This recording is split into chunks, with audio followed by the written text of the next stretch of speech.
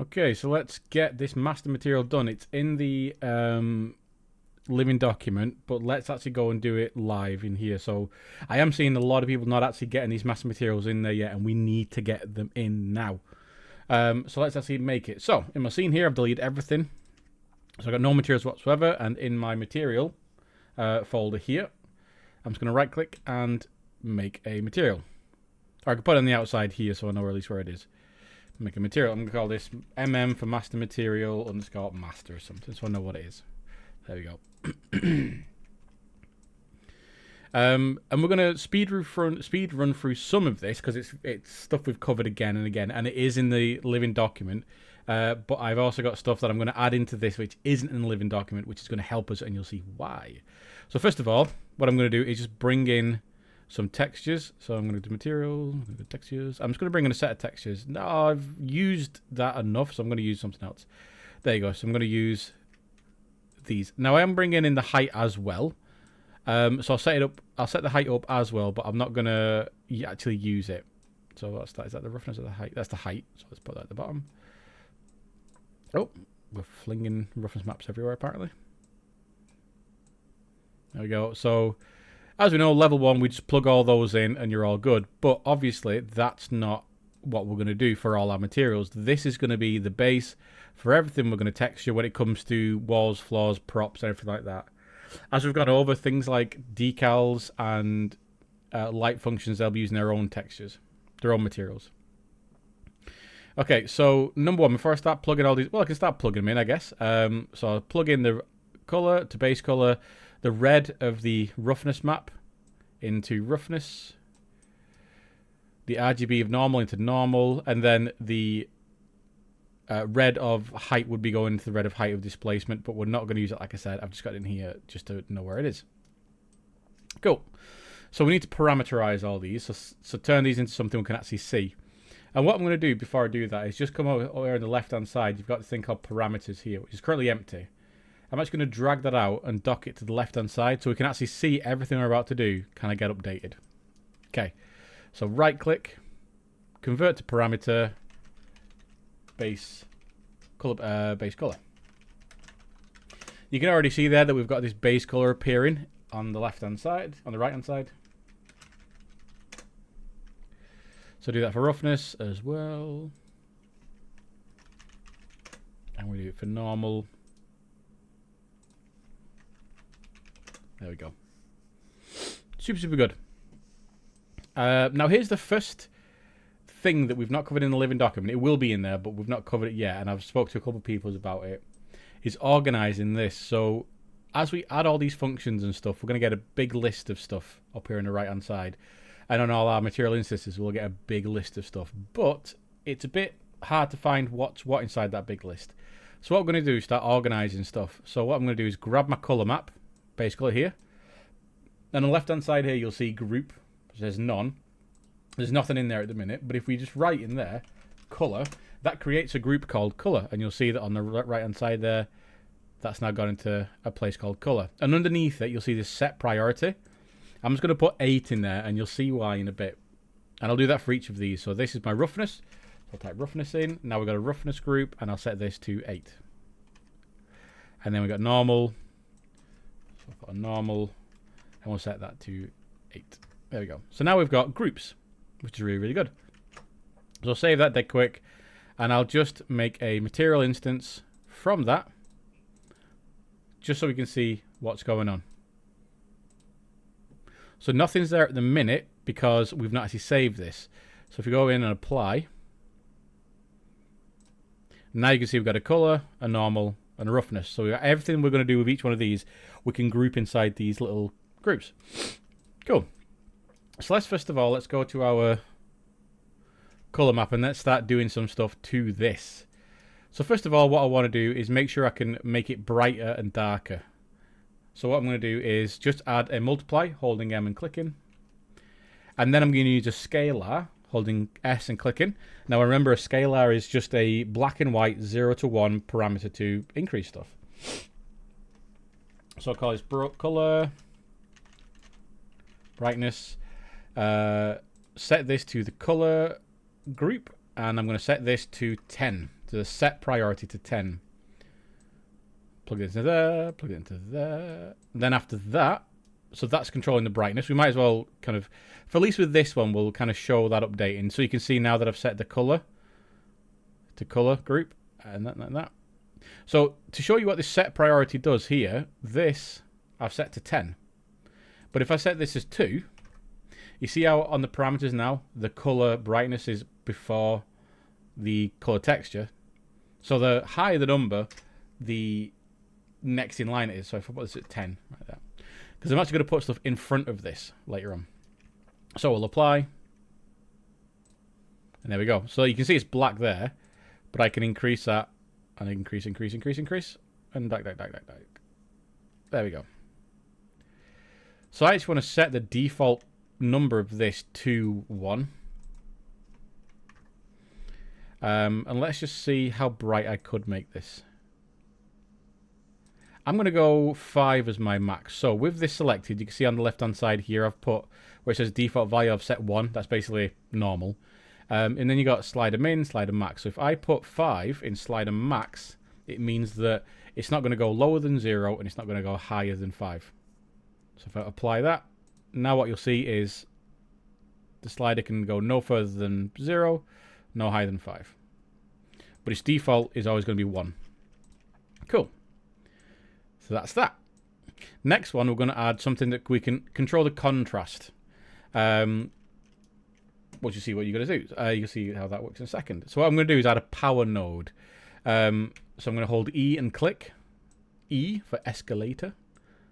Plug that in. Again, make another scalar. Call it color contrast. Set that to 1 again. Plug that in. And then plug that in. Set my group to color. And set my set priority to 20. Now, why am I going 10 to 20? Well, that's because if I did want to put something in between color and brightness in order, then I've got a little bit of space. I've literally got 10 numbers of spaces. So we'll apply that, and we'll see what that does. So when I, and I increase. Okay, so that's a nice little, that looks quite nice, that, like a little walnutty kind of flooring. That's good. So I think I'm going to make that no higher than 5 again, and no lower. If I go lower than 0, it's pretty goes white. So default 1 for this contrast. So let's here, and the default is 1, no higher than 5. So the max slide 5. Again, make sure our groups are sorted out. There we go. So that's really good so far. That gives us a lot of control over stuff. Next thing I'm going to do is desaturate this whole thing. So I'm going to right click, type desat for desaturation. And then plug that into there, and plug that into there. And then make another scalar, and call this color desaturation. Plug it into fraction. There we go. And then again, we set that scalar to group color. And I'm going to set that to now. Do I want Dr. I think I'm going to put it, I'm going to leave it where it is. I'm going to put 30. So it's the third in line. Cool. And I'm going to set that parameter to 0 actually, because there's no desaturation happening. And my max slider to 1, so that's full desaturation. So again, when I apply that, I can turn on that and I can desaturate, and now we're black and white. Very cool. And I guess I could put a -1 in the in this slider min. Let me apply that. So I can saturate a little bit, but it's not always great to do that. But I'll give myself, you know, that flexibility. There you go. So you can see lots of fun stuff already happening there. And then I'm going to just select everything, press C for caret, and that creates what we call a comment. And this is just a good way to group things together. And then I'm going to type in color. Cool. Now, we're already going to jump into the very cool thing I can do with this already. So I'm not going to wait until I've hooked everything up. I'm going to do it on this straight away. What I can do is turn off this texture and just replace it with a flat value. And we're going to use that across all of these. So let's see what we can do. So I know I'm going to replace it with a color. So I need a color, so I'm going to hold 3 and click to create a color. Right click, convert to parameter, and I'm going to call this color override. And then after the saturation, what I'm going to do is create something called a static switch parameter. Static switch parameter. So static switch parameter, I'm going to call this color override switch. Now what this does is, if this is turned on or true, it will be this color. If this is turned off or false, it will be whatever's coming from here. So I'll plug this in. The default value is going to be set to off, and they'll plug it in. There we go. And I'll just grab that, just these two, and I'm just going to call this color override. Get a bit of organization in there.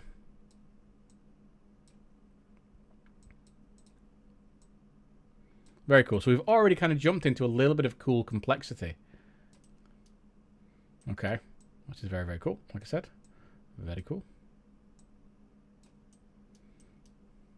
So I'm going to apply that. Oh, set my group. So this is why I put my main texture as 8, because I actually want this to be earlier on in the chain. So I'm going to set it to color. I'm going to set it to 2.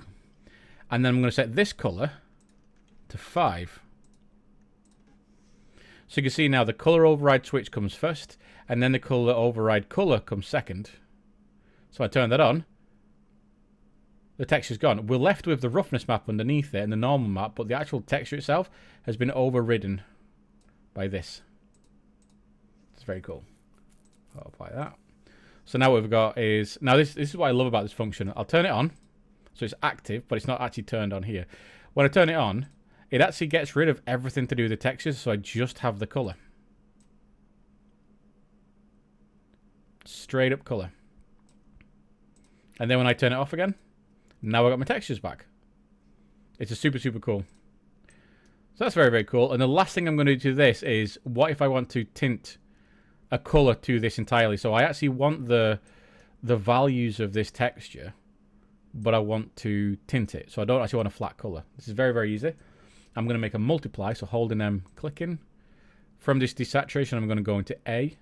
And then from that result, I'm going to go into false. So following on that chain. And then underneath here, I'm going to add a color. Holding free, pressing. Convert to parameter. I'm going to call this color tint. And I'll put that RGB in there. So it'll default to black because that's taking this black value from this color. But if I set this to any old color, you'll see that it's updating.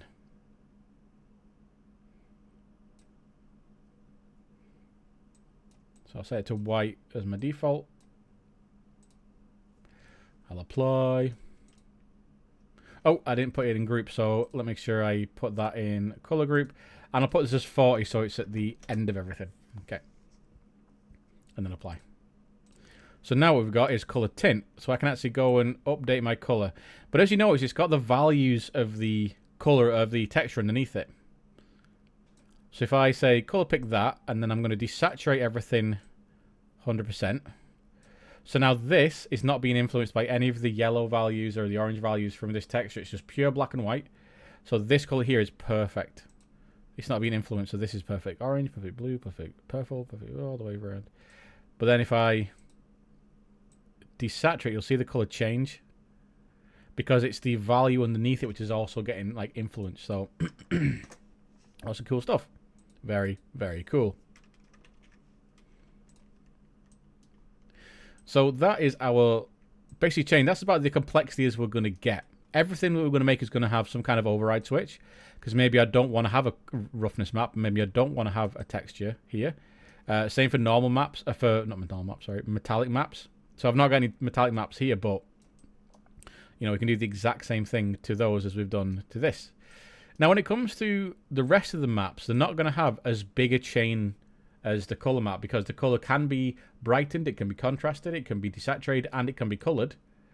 But a black and white map can't be desaturated, and we shouldn't be adding color to a black and white map like the roughness map, like the ambient occlusion map, like the metallic map. So these are going to be a lot simpler. Right, so what I'm going to do is follow the same chain here. So I'm going to add a multiply, holding M, clicking. I'm going to add a power, holding E, clicking. That's great. Add two scalars, holding S, clicking, holding S, clicking. And I'm going to make the scalars part of the roughness group. Like that. And then I'm just going to follow the chain from the red channel through to there for now. Because I'm going to put this static switch parameter in there. And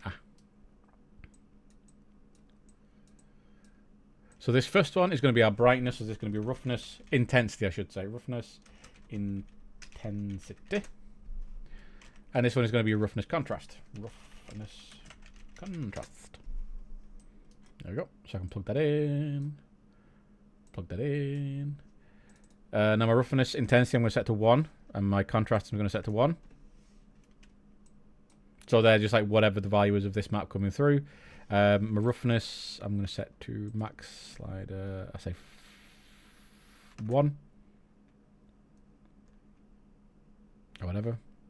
Right, so this is going to be... This is 8. So I'm going to set this to 10. This is set to 20. So for now, I'm going to leave it like that. Oh, so grab everything. Grab everything. Comment in it, and then I'm going to call it roughness.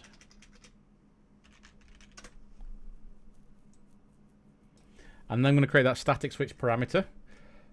Now this one, I'm not actually going to use a color value here. I'm just going to use a black and white, that scalar again.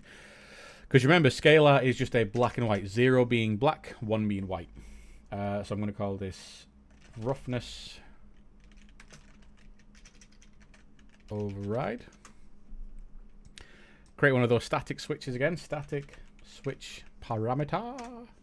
Call this roughness override switch.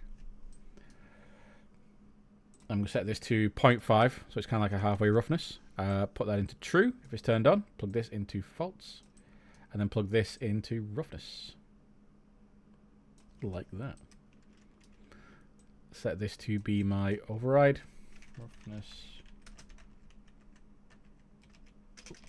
Override. There we go. Make sure everything's in. So that's not in a group. So we need to put that in roughness. It's right at the beginning, so we need to say 2. And this comes right after it. So we want this to be in the roughness. And this is going to be something like 5. There we go. Hit apply. So we've done all that just then. So now what we've got inside roughness is our roughness override. And then we've just got a global roughness over the entire surface. It's obviously being influenced by the normal map, but the roughness is not being taken from that actual normal map itself. And I'm just going to clamp the parameters on that roughness override there. So the roughness is going to be max 1.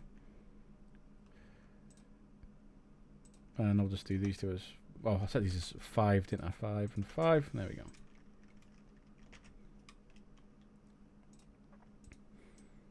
Easy. So we got that. So we can turn that on and off as we want. But then we've still got the roughness intensity of this. But this is obviously taking the roughness map of the actual texture that's applied to it. But we can increase and decrease that as we want. Which is very cool. So that's the roughness done. Look how fast that was. So we've got a switch now that we can turn on and off. So if I wanted to, I can make flat black plastic. Right, next is going to be a bit of organization. Let's just move stuff around so it's not getting a bit too close to each other. Like that. Next, we're going to deal with the normal map. So let's put it in a comment, call it normal.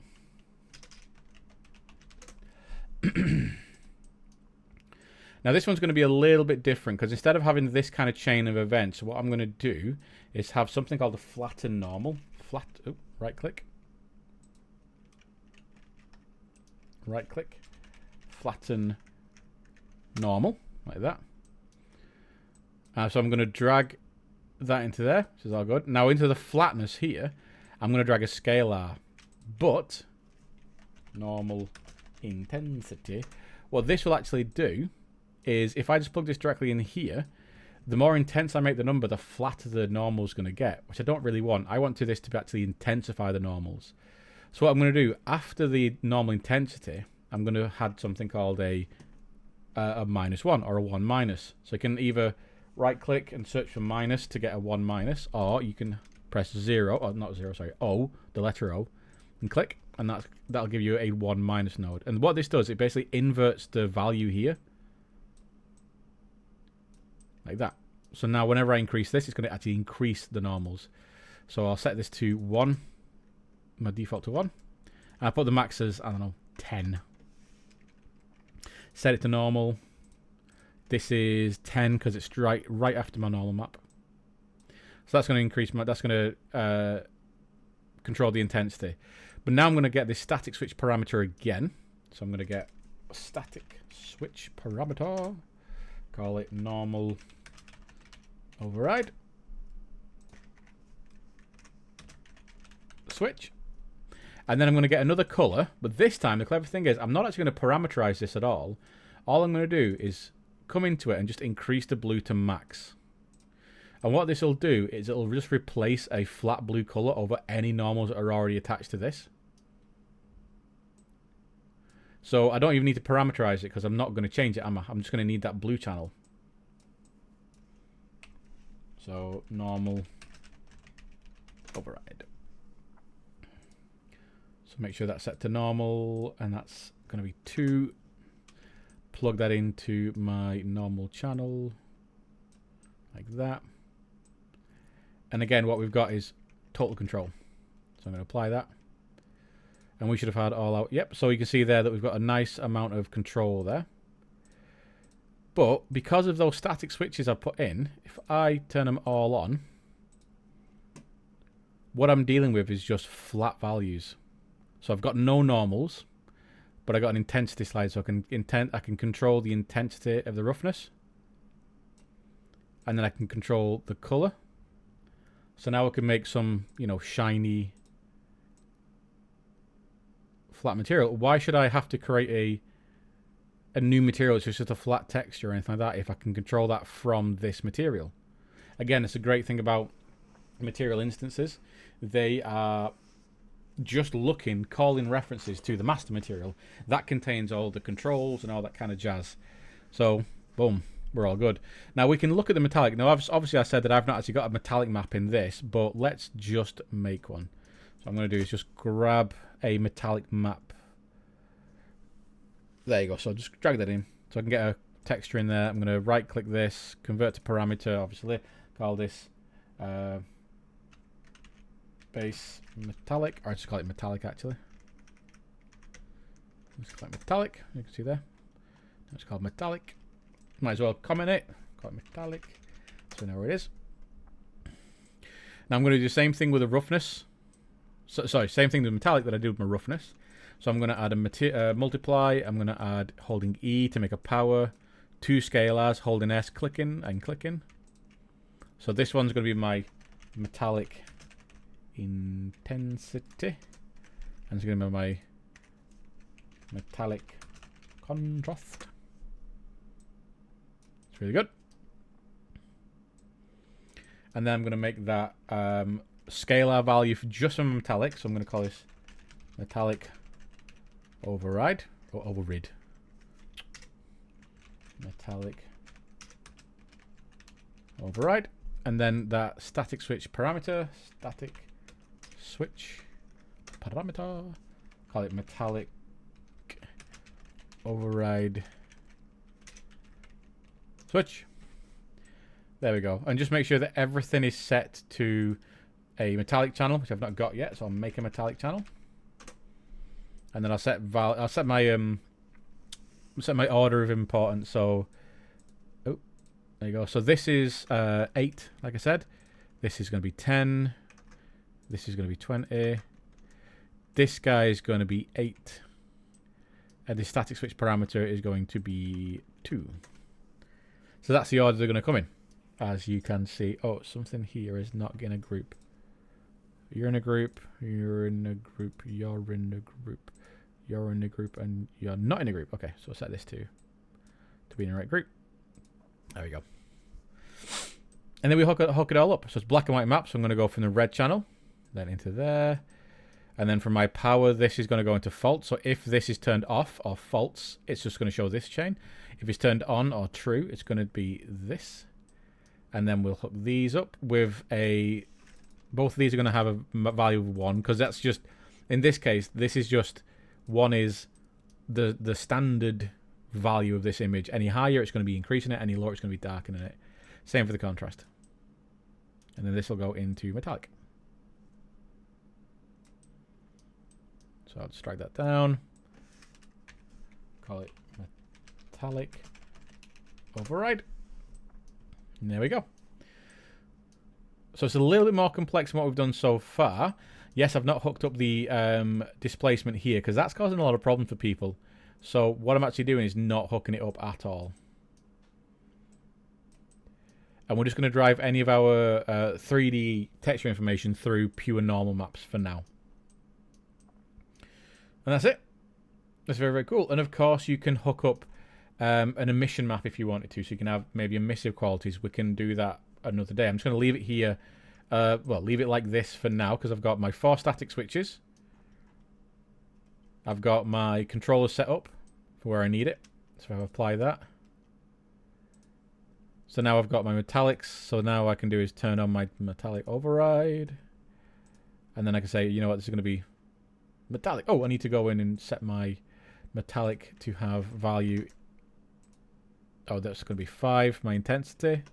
Actually, no, my metallic intensity doesn't need to be any. You can't go any higher than 1. There's 5 of this one.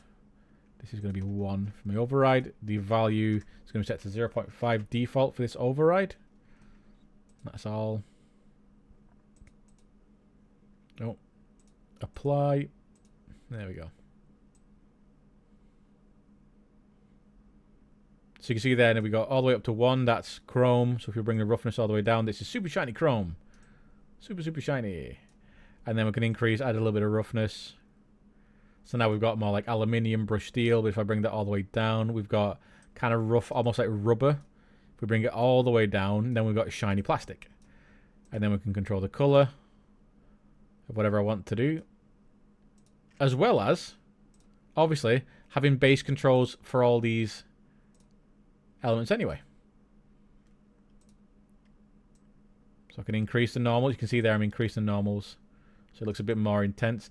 It will never look good here. This preview always gives you kind of like dodgy shadow kind of artifacting. But we can increase the normals a little bit. Do a bit of like an intense kind of way.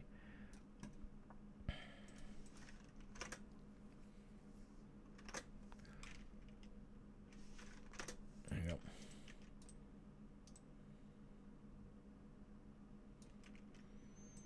And roughness, contrast, roughness. So I can bring the roughness down, make it a bit shinier. Then increase the roughness, contrast. Contrast, remember, is just basically clamping the distance, the grey values between black and white. So it makes less of a transition if you've got very, very soft stuff. And that's it. So that's all we need to do to create a lot of different things. Now, obviously, like I said, this isn't going to be used for everything. Things like decals will make separate materials for. Light functions will make separate materials for. Just keep it safe. But this can cover all our meshes. Unique, tiling, everything. Because if it's a unique texture, we just have to obviously apply this this material to the object and then change the textures to be the textures that we produced. You know, it can be anything we want. And then if we want to apply it to just have like basic brass, you can even, so if you've got like a brass surface, you could obviously turn off color, so override color, override metallic, obviously override normal. But then you could keep, I don't know if you can see that, but we've still got that roughness information there from,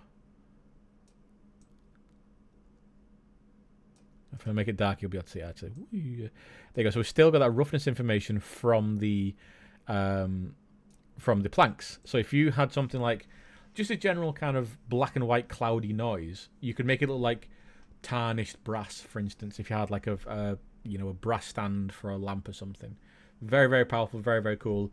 It also means that we don't have to make a new material for every last object. It's going to save us tons of time. And And yeah, there's nothing to be said about how much this is going to impact our engine and how help our scene run, because it's not going to be forcing tons of information on us anymore. Because we have to reload all these textures and build them and all that kind of stuff. It just looks at one texture and goes, okay, that's then influencing all this. So that's a nice quick one. How long is that? I was looking at my clock. That's only half an hour. Dead short.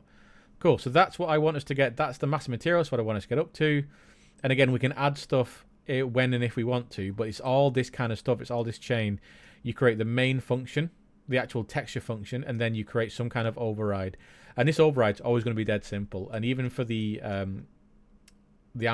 emission stuff, if you're going to add that in or anything like that, it's going to be just as easy. Cool. Right. I'll see you in the next one.